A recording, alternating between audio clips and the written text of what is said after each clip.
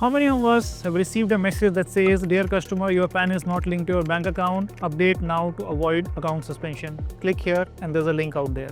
Or have many of us have got calls which state that your KYC has expired, I'm calling for your bank, and a link has been shared with you to update it. Sounds familiar? So we will also tell you that there is an RBI directive that unless you do so, your account shall be frozen.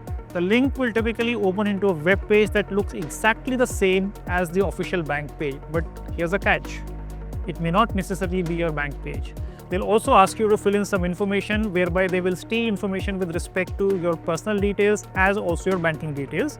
And finally comes the most important part, they'll ask you to enter an OTP.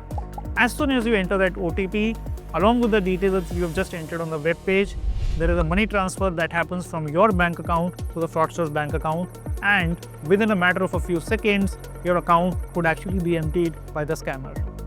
In some of these cases, they'll also ask you to download an app.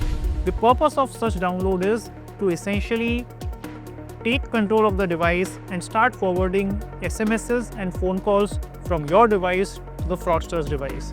The app download is typically insisted upon in the name of a verification app. However, these are all malicious apps. They have nothing to do with an KYC or an update, and they definitely do not come from your bank. And most definitely, they do not come from RBI. Once you do so, your entire phone has been compromised, and the fraudster is practically in control of all the communication that your bank is sending to your phone device.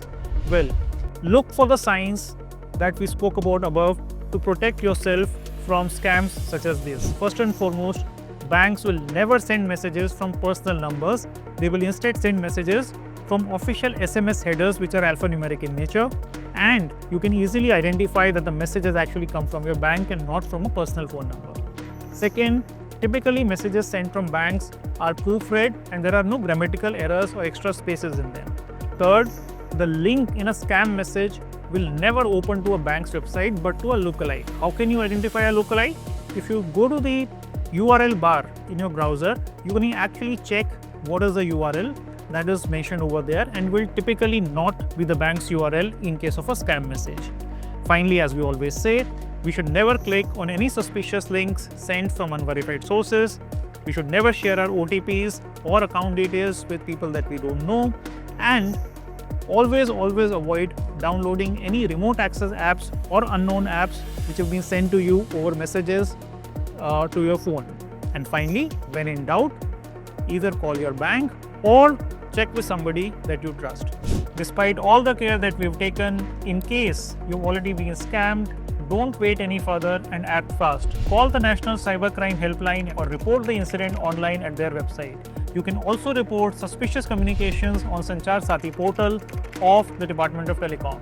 Your report may just help stop the next scam. So let's pause, protect, and prevent scams from happening.